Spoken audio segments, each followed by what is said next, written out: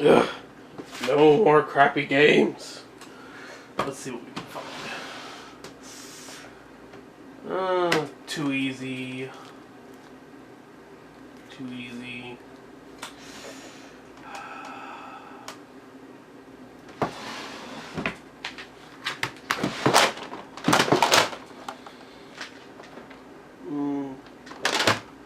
Hard actually. Huh.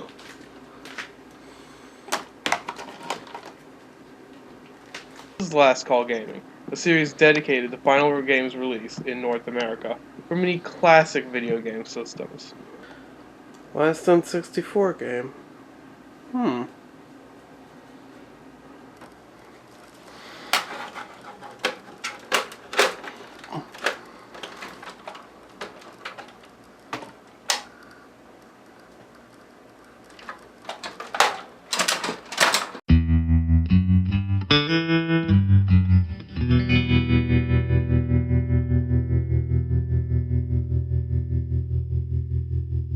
Welcome to another episode of Last Call Games. Today we're finally taking a look at the last game for a system again. The last game released in North America, actually in I think the world, for the Nintendo 64 was Tony Hawk Pro Skater 3. But before we take a look at the game, let's take a look at the Nintendo 64 itself. The Nintendo 64 was Nintendo's belated entry into the 5th generation.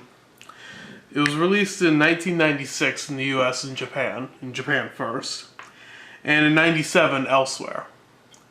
It only cost $200 at launch in the US, obviously, which was far less than the $300 PlayStation and the $400 Sega Saturn, when they are both launched in 95. It sold about 30 million units, which is more than the Saturn, but far, far less than the PlayStation. And it had about 387 titles released worldwide, which was far less than the 600 plus for the Saturn, and even more dwarfed by the 1,000 plus for the PlayStation. Now, the main reason for the lower price, smaller library, and ultimately the failure of the system was Nintendo's decision to use cartridges, seen here with the game we're going to take a look at later, cartridges instead of compact discs like the PlayStation and Sega Saturn did. This was Nintendo's last home console to use cartridges. Cartridges would later on be used in the Game Boy Advance as well as the DS line. And to date, this was the last ever home console to use cartridges. Now, the upcoming announced Retro VGS is planning on using cartridges, but as of right now, it hasn't come out yet. So, right now, this is the last one. Now, it was also revolutionary in the fact that it had 4 controller ports without the need of a multi-tap, which made multiplayer games very important on the system. Games like Mario Kart, Mario Party, Super Smash Bros., GoldenEye, all Nintendo games, and all very good multiplayer games that all supported up to 4 players. Now, after the Nintendo 64, Nintendo would go on to use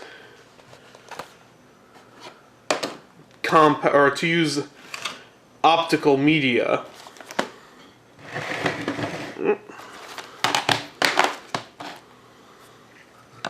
in its future systems with the proprietary mini DVD style format, or mini disc style format, here's the camera, of the Nintendo GameCube discs,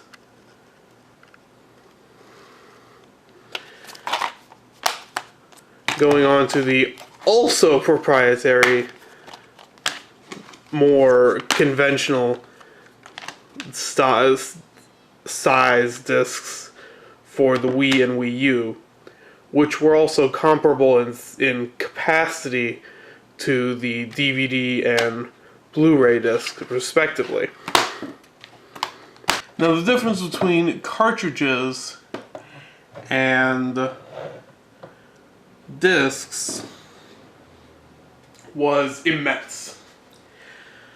A cartridge for the N64 varied in size, varied in capacity, but could hold a maximum of 64 megabytes of data.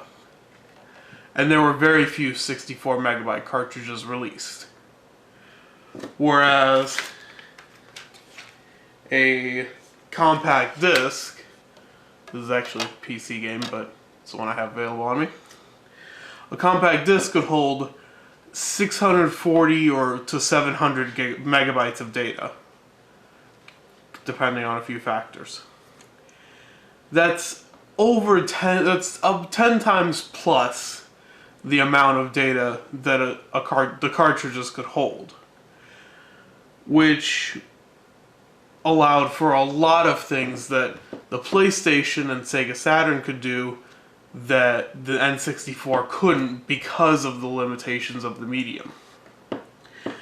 Also, cartridges were much more expensive to produce and manufacture. All of these cartridges had to be purchased from Nintendo by the publisher, and they didn't get it. They cost at least $1 each to make, because you have to factor in not only the plastic but also the printed circuit board inside of it, along with all the contacts and the ROM chips inside. There we go. Whereas CDs cost pennies to produce.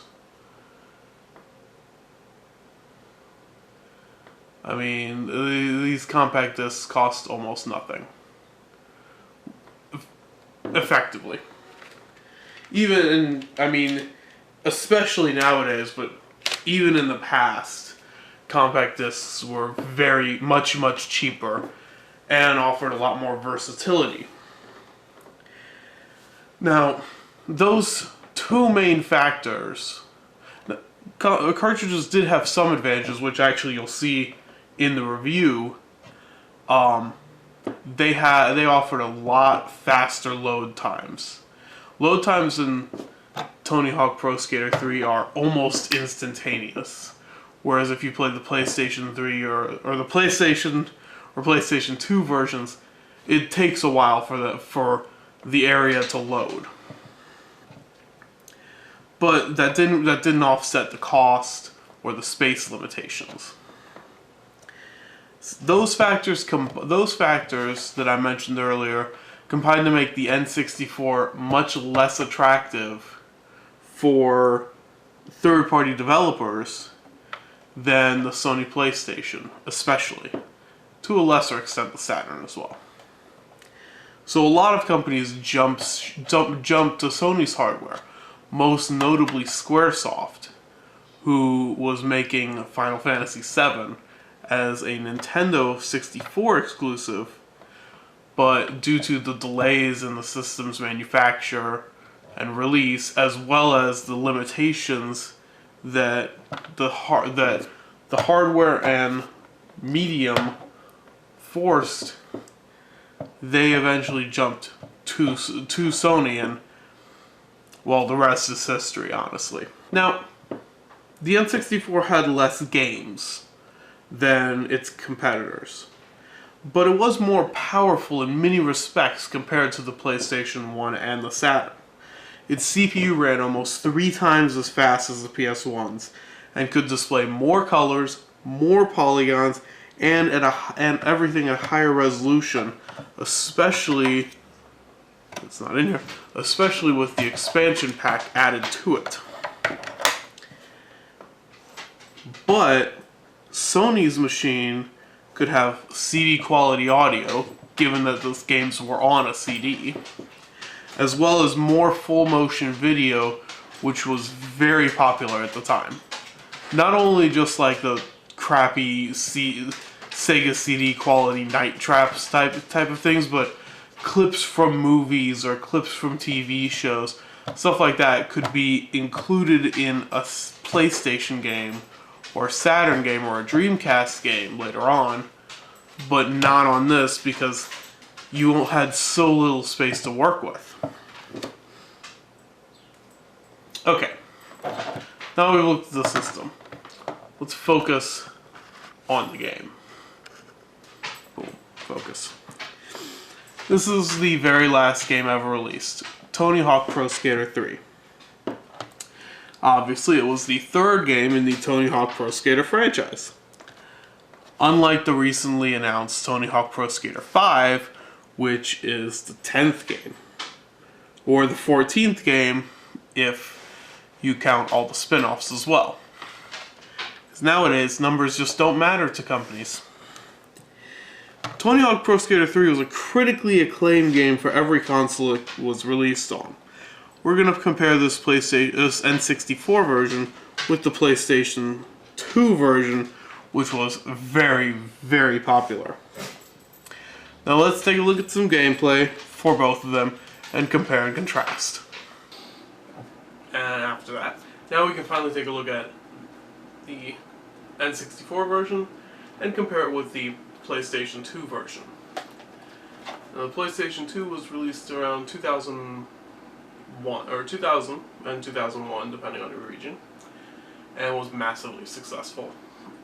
So as such, of course, they got a version of this game immediately. This was, well, the last game. So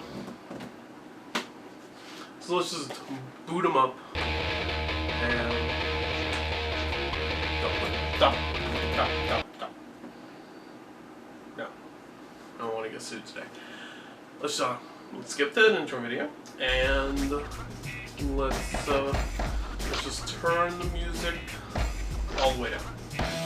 Okay. The PS2 version here says that it features songs by the Red Hot Chili Peppers, Exhibit, and Alien Ant Farm. Yeah, for some reason, like, the intro music is The Ace of Spades by Motorhead, which is not by any of those. It's a good song, it's just what I wanted to feature. So, now obviously one of the biggest differences between these two versions of the game is the use of FMVs. This one has the intro video is completely full and is actually filmed. This one is all done in-game engine with the replay camera. So that's one big difference. Another interesting difference is the content. Two games have different orders for which stages are unlocked. Both of them start with the Foundry, but this one goes to the Canada stage afterwards, and this one goes to LA. I'm not 100% certain why they made that decision, but it is interesting to see that these stages in the PS2 game are massive. And I would assume the GameCube and Xbox versions as well. The stages in this game are just huge. Whereas the N64, it's fairly obvious. You have to condense them down a little bit to fit. And there's a lot of interactive things you can do in this one that you can't do in this one. Like in the Foundry level, the first level, one of the goals is to soak the foreman, which means you have to like grind on one thing.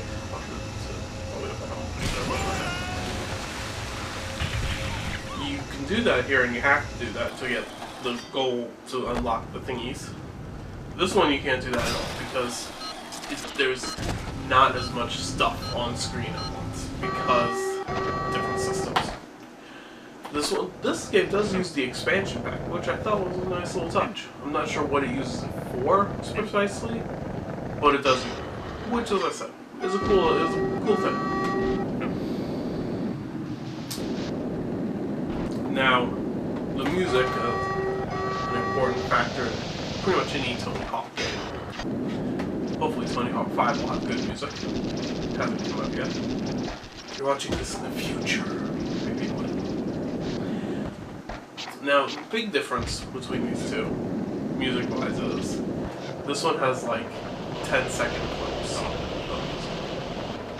Got like MIDI waves, but they do have a little bit of lyrics, but it's nowhere near as good. And I don't think it has as many different songs either. This one's on a DVD, so you have like 7 gigabytes of storage space, so they could fit in all the music actually that was made for this game. Let's see how many. It says how many songs are in there. Oh, registration card. Oh, I guess send that inactive and be like, I'd like to register my game. Let's see. Okay, here we are. Let's see. There's 1, 2, 3, 4, 5, 6, 7, 8, 9, 10, 11, 12, 13, 14, 15, 16, 17, 18, 19, 20, 21 different songs in this game. There's like 8 clips in this game, I think. Not nearly as many. And this one, of course, has full songs. So that's a big difference. Polygon count is much higher, and this one has a much better create a park mode than this game does. So I'm not sure if the game has one at all. Still, the gameplay is actually fairly similar in both versions. The control, obviously, the controls are different because it's different systems, but it's really surprising how the core gameplay it translates well to both systems. The graphics obviously take a big hit on the N64. The Xbox or the PS2 version looks much better, and the Xbox version probably looks even better than that. Now that I think about it, but still, they did cram a lot of level into these. The levels in this one are fairly large compared to what I would expect out of a cartridge system. Another big difference is this one has virtually no loading times. Loading times in the PS2 version are not tremendously bad, so it's not like, oh my god, you're gonna have to wait like 20 minutes for a stage to load. No, the loading times are actually fairly good.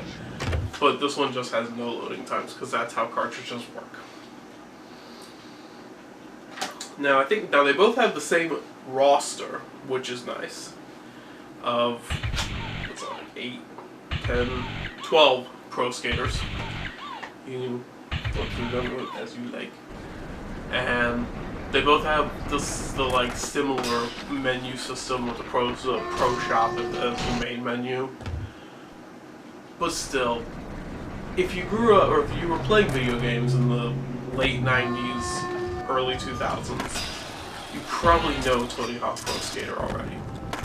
It was one of the biggest things in the universe for like 4 years, and then kind of just fell off the map. It just happened.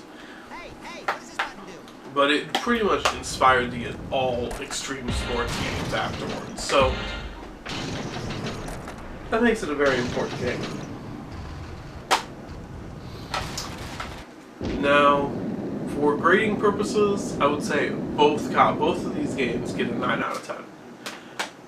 Personally, I prefer Tony Hawk Pro Skater 2, which is also on the Dreamcast, or 2X, which is on the Xbox, the original Xbox. But both these games are very good, and they both have tons of content that it will take many hours to unlock all the content for them. So that's pretty much it. Yeah, both definitely 9s out of 10s. If you have a choice, obviously the PS2 version is far superior. The original Xbox or GameCube versions are probably very good as well.